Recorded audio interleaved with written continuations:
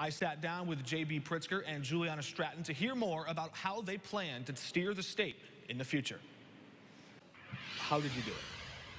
Well, we ran a campaign that didn't leave any part of the state out. There are 102 counties in the state of Illinois, and we ran everywhere. We had 30 offices across the state. We made sure that we had a field operation that got the vote out, vote by mail operation. And we won in counties that haven't been won by a Democrat running for governor for a long time. DuPage County, we won.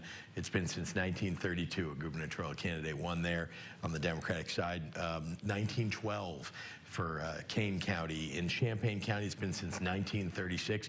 And in southern Illinois, we won 3 counties. Very proud of the fact that we worked everywhere in this state to listen to working families, and that's why we're going to bring that with us into the administration. Do you have a sense of why that is, the historic nature of this, and how you were able to resonate and break through so many places that were before stony ground for Democrats? Well, part of the reason was that when we started this campaign, it was always going to be focused on making sure that we touched every county in the state, all 102 counties. So we had 30 field offices that were making sure that we were engaged. But JB and I traveled throughout this state, not just once or twice. We were downstate many times. We were in central Illinois. It was really important to make sure that we reached out to the entire state of Illinois and make sure that we also helped to build the party in those areas so that we could win up and down the ticket. So when do you move to Springfield? When do you move into the mansion? Well, right away, as a matter of fact. I'm looking forward to that and to the opportunity to, get settled and also to begin the hard work that I think we're going to have to bring to the job of getting a budget done. That's going to be a very high priority for us. And of course, we have many other priorities we've talked about.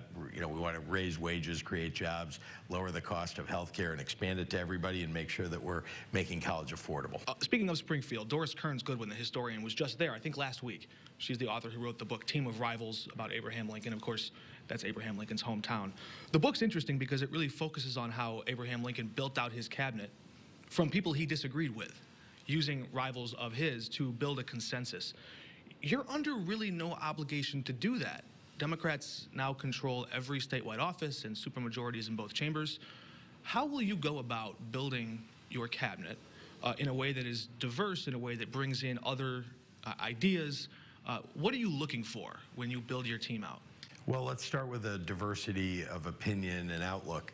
I think it's very important to listen to people with different views, and that's why, last night, at the end of the night, I called up the leader of the Republicans in the House of Representatives, Jim Durkin, and the leader of the Senate for the Republicans, and that's Bill Brady, and I offered them my hand in friendship and the opportunity for us to work together, because I think we need to end the partisan rancor that we've had in our state and, frankly, in our nation to get real things done for people across the state. And then in our administration, we're going to make sure that we've got Republicans and make sure that we've got people who bring expertise to the jobs that we really need filled here.